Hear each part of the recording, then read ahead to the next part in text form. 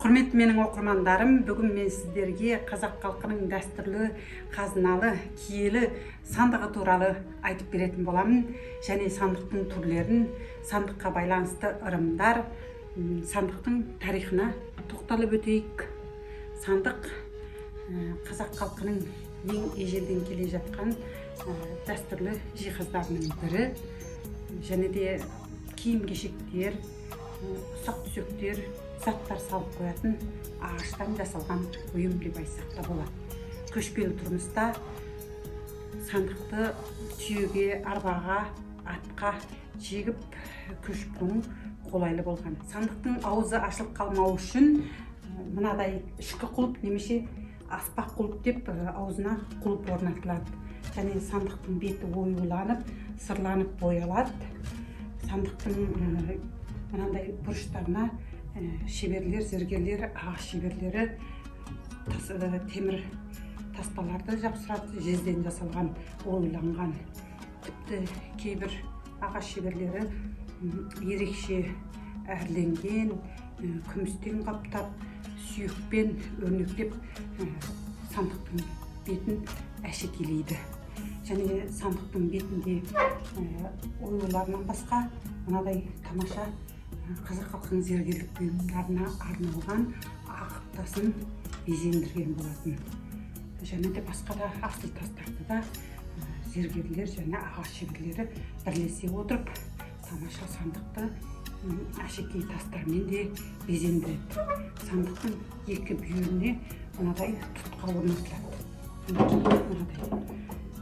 Және де сандықтың жерге қойған кезде асты дым тартпау үшін сандықтың астыңғы төрт аяғына тақтайдан жасалған ағаш аяқ орнатылады.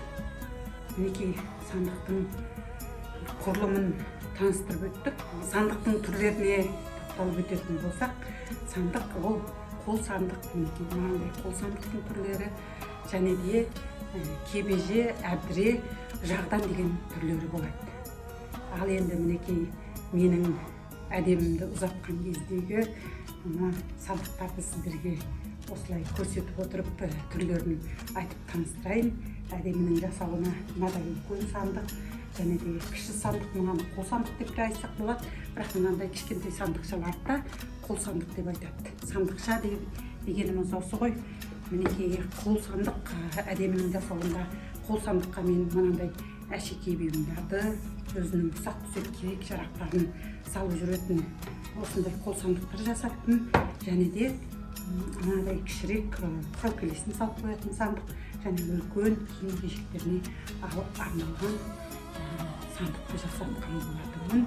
Көріп отырған осы сандық бұл қол сандықтар. Бірінші мен қол сандықтарға айтып отырмын сіздерге. Қол сандық Қазақстанның барлық өңірлерінде тараған көп пайдаланатын бұйымдардың бірі. Қол сандықты көбінде бойжеткен қыздарға арнап жасалынады.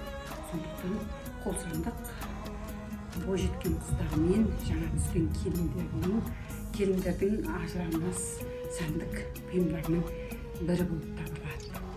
Ал кебежеге тоқталып өтетін болсақ, кебеже ол азық-түлік тамақ салуға арналған, ойланып, безендіріп жасалатын сандықтың бір түрін кебеже деп атаймыз. Ал әбдіре ол сандықтың үлкен түрі. Ода суырма тартпалары болады. Ал енді жағданға тоқталып өтейік. Жағдан дегеніміз ол сандықтың өте қымбат түрі. Былғары немесе күмістен, сүйекпен қаптап жасалады. Оны табу қиын болғандықтан сән қуған ауқатты адамдар ғана қызын ұзатқан кезде арнайы ағаш шеберлеріне ол жағданды тапсырыс беріп, айлап жылдап жасатады екен.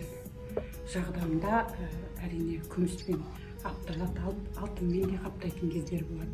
Және былғарыдан жасалған сандықтың сондай ерекше бағалы түрін жағдан деп атаймыз. Қазақ халқы үшін сандық қыз жасауының ажырамас бір бөлігі.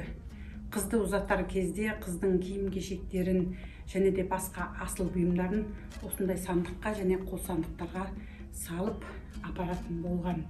Және де бұл сандықтар қыз жасауының ажырамас бөлігі болғандықтан оның ішіне киім кешектерін және де қыздың көрпе жастықтарын сандықтың ішіне салса, үстіне көрпе төсектерін жинайтын болған. Және де мынадай қол сандықтардың ішіне әшекей бұйымдарын, мына қол сандықтарды сіздерге ашып көрсетейін. Мынадай әшекей бұйымдарды, ұсақ түсектерін және де боянатын опа талаптарын осындай сандықтардың ішіне салып қыз жасауына бірге апаратын болған. Сондықтан қол сандықтар қыздардың, бойжеткен қыздардың және жаңа түскен келіннің еншілігіндегі тамаша бір сәнді бұйымдардың бірі. Әзірде Қазақстанның барлық аймақтарында сандыққа жасау салып апару дәстүрі кеңінен тараған. Ал енді мен сіздерге сандыққа байланысты ырымдарға тоқталып өтейін. Қазақ халқында сандық ашар деген дәстүр бар. Ол жаңа түскен келіннің сандығының бетіне мата салып қояды. Той кезінде сандық ашатын дәстүр дегеніміз сол сандықты ашады ғой. Сол кезде сандықтың ішіндегі матаны тойға жиналған әйелдер қауымына барлығына үлестіріліп беріледі. Осы дәстүрді сандық ашар дәстүрі деп атаймыз. Және сандыққа байланысты мынадай ырым бар. Жаңадан босанып жатқан әйел толғағы оңай жеңіл болсын деп үйдегі сандықтардың аузын ашып қоятын ырым бар. Бұл жаңа босанып жатқан әйелдің толғағы тез келіп жеңіл босансын деген мағынаны білдіреді. Ал сандықтың тарихына тоқталып өтетін болсақ, сандық өз тарихын тереңнен алады.